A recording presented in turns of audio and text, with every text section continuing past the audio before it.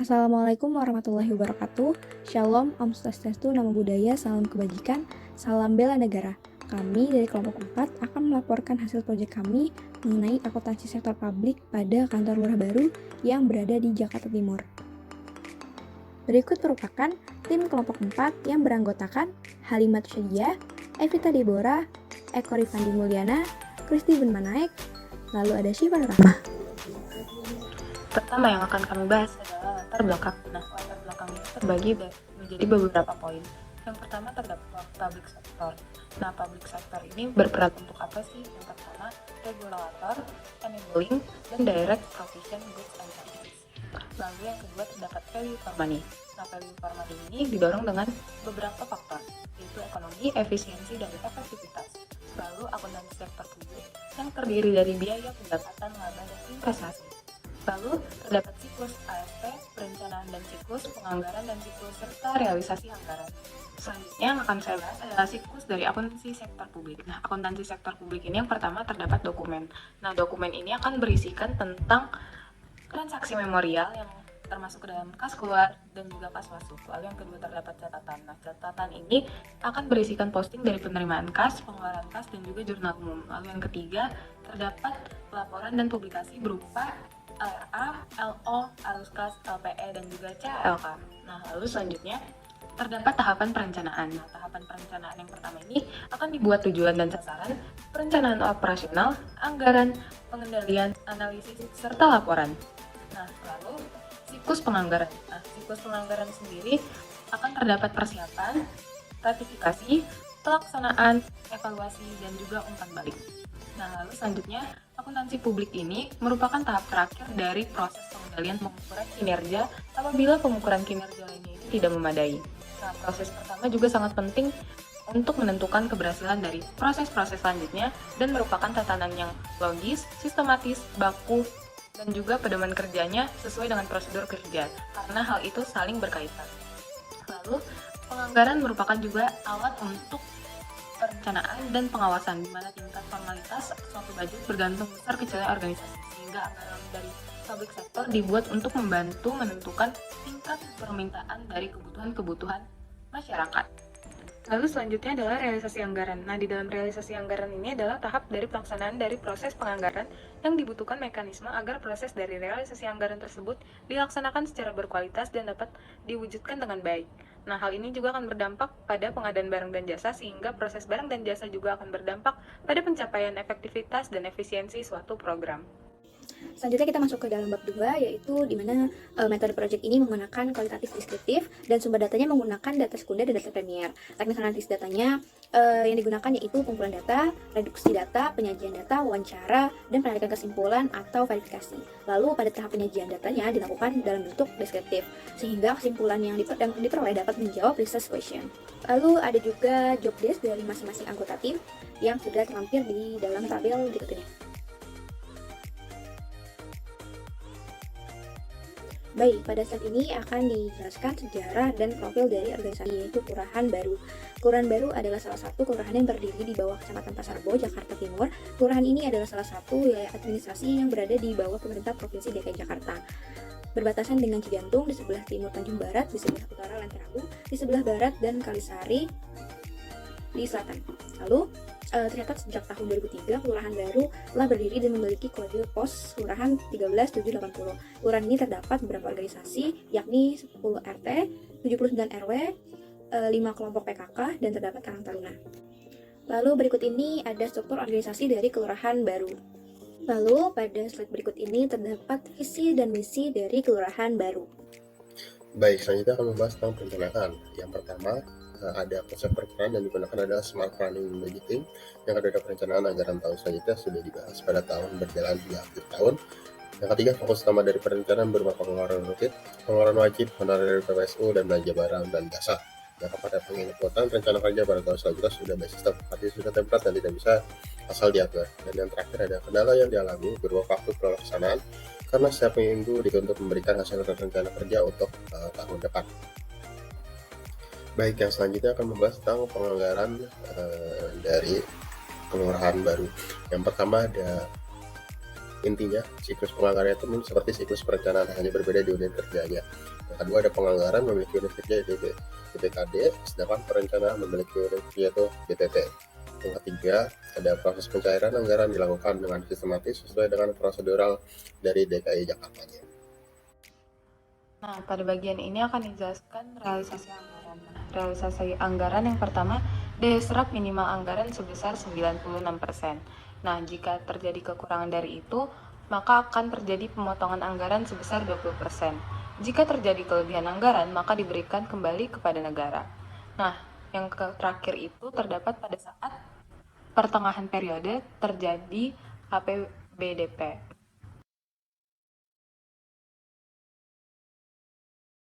Baik, selanjutnya kita akan masuk pada pengadaan barang dan jasa. Pada pengadaan dan barang jasa ini terbagi menjadi dua, yaitu pengadaan barang jasa pemerintah dan pengadaan barang dan jasa publik.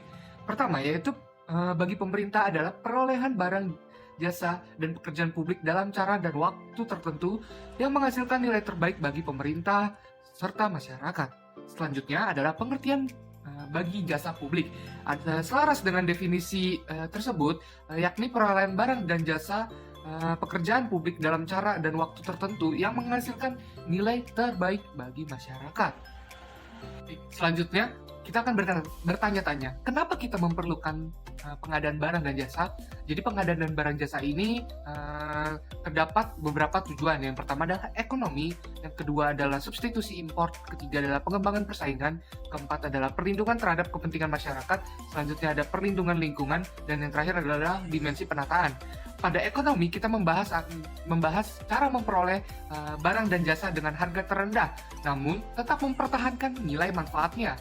Lalu substitusi import, yaitu dengan membatasi pihak asing dan memberdayakan organisasi lokal atau organisasi masyarakat, dalam tanda kutip adalah UMKM. Selanjutnya adalah dimensi penataan, yang dimana menemukan aturan yang dianggap tidak relevan atau yang membuat pengadaan dan barang jasa menjadi tidak efektif dan efisien. Lalu selanjutnya adalah pengembangan persaingan, yang dimana dengan adanya publik membeli barang-barang dari organisasi lokal yaitu UMKM akan membuat tingkat persaingan di antara mereka untuk menjadikan barangnya lebih berinovasi dan lebih bermanfaat, sehingga publik akan melihat dan menggunakan barang mereka. Selanjutnya adalah perlindungan terhadap kepentingan masyarakat, yang mana kita tahu bahwa memastikan dengan adanya pembelian barang dan jasa dari pemerintahan publik akan memastikan bahwa kesepakatan yang terjadi adalah berbasis dengan kontrak, yaitu legalitas dokumen hukum, sehingga pemerintah akan mempertanggungjawabkan tentang kontrak yang telah terjadi antara kedua belah pihak. Berbeda cerita dengan pihak lain yang tidak menggunakan kontrak dan institusi yang tidak bekerja langsung dengan pemerintah. Selanjutnya adalah yang terakhir adalah perlindungan lingkungan, yang dimana melakukan evaluasi apakah pengadaan barang dan jasa yang dilakukan menimbulkan dampak lingkungan seperti pengemasan dan lain-lainnya. Lalu bagaimana dengan sistemnya? Bisa dilihat terdapat 3 poin, yaitu kerangka kerja hukum dan peraturan bagi pengadaan barang dan jasa, yang dimana kegiatan tersebut diikat oleh kontrak. Lalu penggunaan kode model, yang dimana terjadi penyeragaman jika membeli barang dan jasa. Terakhir adalah manual dan prosedur. Lalu kebijakan pengadaan barang dan jasa. Inisiatif untuk memperbaiki penyelenggaraan penyediaan barang dan jasa dilakukan dengan cara reformasi hukum dan yudikatif, termasuk pembentukan komisi ombudsman untuk menanggapi masalah korupsi. Lalu poin kedua adalah perumusan strategi reformasi pegawai negeri sipil. Yang ketiga adalah rancangan undang-undang untuk menetapkan manajemen keuangan pemerintah. Selanjutnya adalah pembentukan kemitraan bagi pembaruan tata pemerintah di Indonesia, yaitu didukung UNDP, Bank Dunia, dan ADB. Selanjutnya adalah pembentukan komisi anti korupsi. Hal tersebutlah yang akan memperkuat kebijakan pengadaan barang dan jasa agar tidak disalahgunakan oleh pihak yang lain. Baik, selanjutnya bagaimana dengan siklus pengadaan barang dan jasa pada kelurahan baru? Yang pertama, dengan dikeluarkannya APBD menandakan bahwa perencanaan dan penganggaran menjadi hal yang sudah dilakukan, sehingga kelurahan atau Pak Lurah sebagai pelaksana kebijakan akan memerintahkan untuk membelikan atau untuk mengadakan barang dan jasa melalui pekerjaan yang bernama PPBJ atau Pejabat Pengadaan Barang dan Jasa. Lalu PPBJ tersebut akan menghubungi pejabat pembuat komitmen yang dimana akan diberikan daftar list kebutuhan dan harga yang diberikan dari pejabat pembuat komitmen. Lalu tugasnya pejabat pembuat barang jasa adalah mencari vendor dari banyaknya vendor untuk diberikan surat yang telah dibuat oleh pejabat pembuat komitmen, yang dimana surat tersebut adalah perkiraan harga yang akan dibeli. Selanjutnya dari vendor akan memberikan surat lagi kepada PPBJ setelah menerima surat penawaran dari PPK, yaitu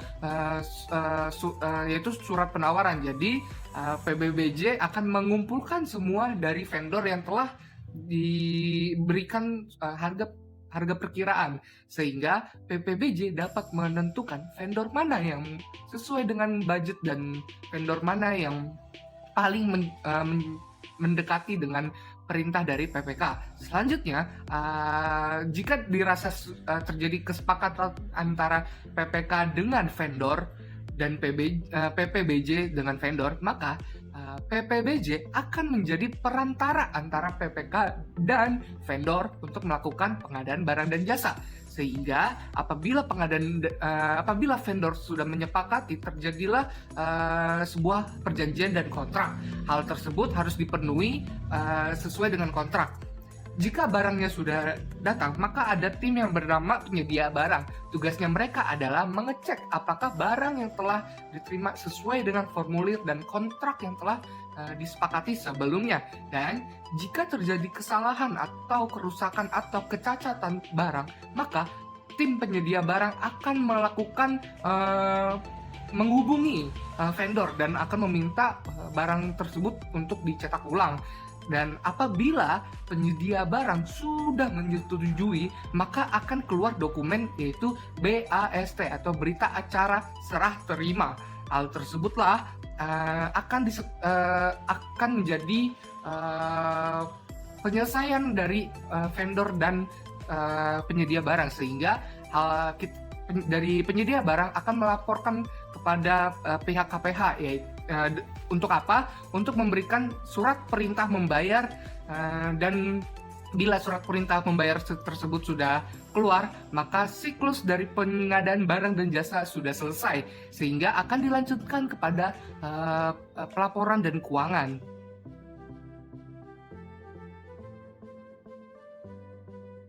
Saya akan menjelaskan mengenai pelaporan keuangan dan pertanggungjawaban pada kelurahan baru. Pelaporan keuangan sendiri dilaksanakan sebagai pertanggungjawaban dalam memberikan informasi keuangan dengan transparan kepada publik atas pertanggungjawaban pengelolaan sumber daya yang dipercayakan terhadapnya. Kelurahan baru menggunakan SIPKD untuk membantu dalam penyusunan laporan keuangan.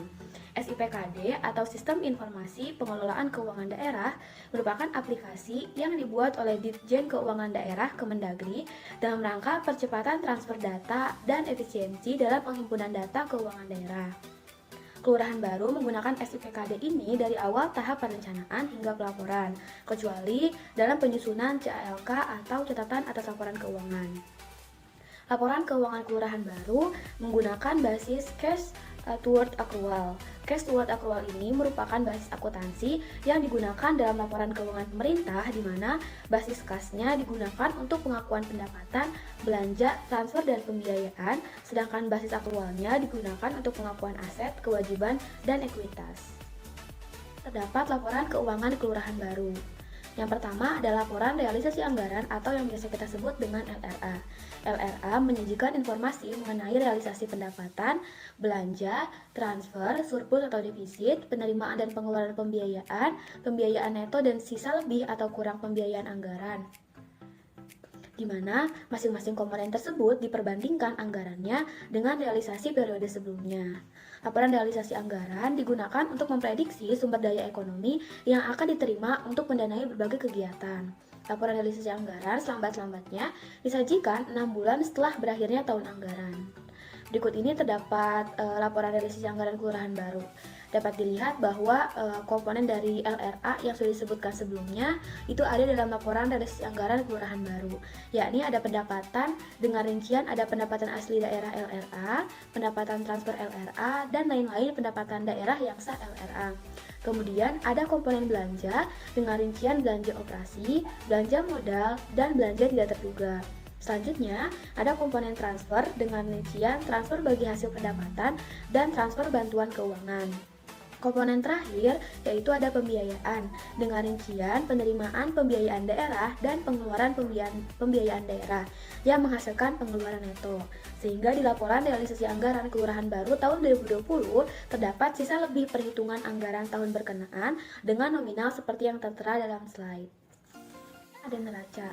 Neraca sendiri berfungsi untuk menggambarkan posisi keuangan suatu entitas. Komponen secara garis besar neraca yaitu ada aset, kewajiban, dan ekuitas. Tapi untuk lebih lengkapnya kita lihat dalam neraca kelurahan baru berikut ini.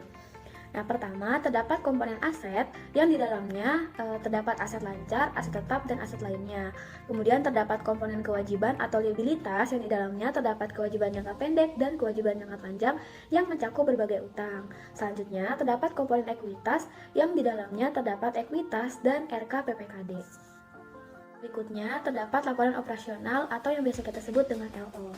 LO menyajikan ikhtisar sumber daya ekonomi yang menambah ekuitas dan penggunaannya yang dikelola oleh pemerintah pusat atau daerah untuk kegiatan penyelenggaraan pemerintahan dalam satu periode pelaporan. Laporan operasional berisikan informasi mengenai kegiatan operasional keuangan suatu entitas yang dicerminkan dalam pendapatan LO, beban, surplus atau defisit operasional, surplus atau defisit dari kegiatan operasional, pos luar biasa, dan surplus atau defisit LO. Berikutnya terdapat laporan perubahan ekuitas.